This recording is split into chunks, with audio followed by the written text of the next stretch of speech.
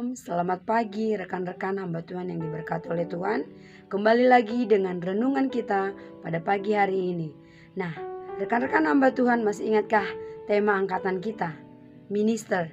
Nah, renungan kita pagi hari ini akan kembali mengingatkan kita dengan tema angkatan kita ini, yang saya beri judul Stay in your status. Langsung saja rekan-rekan hamba Tuhan, kita buka kebenaran firman Tuhan di dalam Lukas 17 ayat yang ke-10.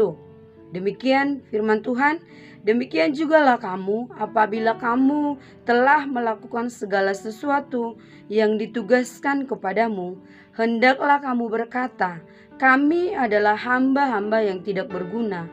Kami hanya melakukan apa yang kami harus lakukan.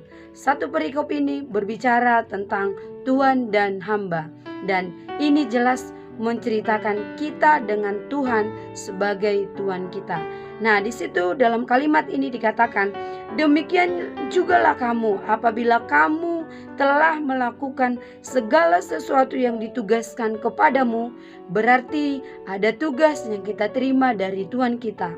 Nah, rekan-rekan hamba Tuhan yang diberkati oleh Tuhan, dari mana kita tahu apa yang menjadi tugas kita? Dari mana kita tahu apa yang harus kita lakukan? Tentunya kita akan tahu dari setiap hubungan kita dengan Tuhan, dari setiap doa-doa kita kepada Tuhan, dari setiap perenungan-perenungan kebenaran firman Tuhan dalam hidup kita. Nah, rekan-rekan hamba Tuhan yang diberkati Tuhan, maka poin yang pertama untuk kita stay dalam status kita sebagai hamba, kita harus memiliki intimasi dengan Tuhan. Demikian halnya di perjanjian lama, bagaimana Elia boleh melakukan segala tugasnya, dan kita melihat setiap tugas yang dilakukan oleh Elia berhasil. Dan kita tahu bahwa apa yang dilakukan Elia sesuai dengan instruksinya Tuhan. Maka dalam setiap tugas kita perlu instruksi dari Tuhan.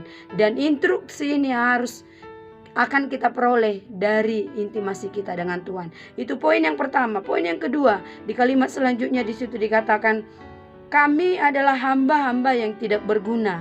Kami hanya melakukan apa yang kami harus lakukan. Dalam kalimat ini terlihat jelas bahwa ada kerendahan hati. Ketika kita terus belajar mengatakan, kami hanyalah hamba-hamba yang tidak berguna. Dalam kalimat ini terlihat jelas bahwa kerendahan hati sangat dibutuhkan di dalam kita untuk tetap tinggal dalam status kita sebagai hamba. Kerendahan hati ini berbicara tentang karakter kita. Maka sebagai hamba-hamba Tuhan, karakter ini harus melekat dalam diri kita. Kita melihat bagaimana Rasul Yohanes, dia boleh membaptis Yesus, bagaimana dia dulu ada dalam dunia.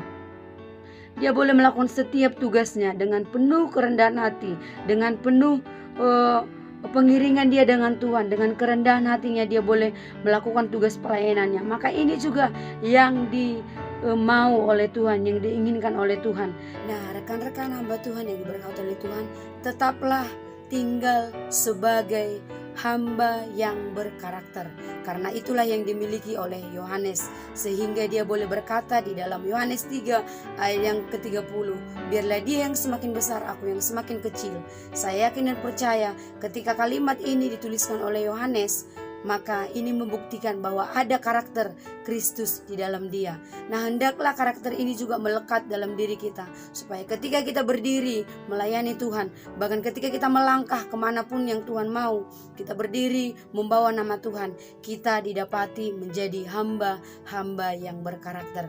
Nah, demikianlah renungan kita pada pagi hari ini. Saya yakin dan percaya renungan kebenaran firman ini boleh meneguhkan kita kembali untuk kita boleh melangkah dimanapun kita berada, kemanapun kita melangkah.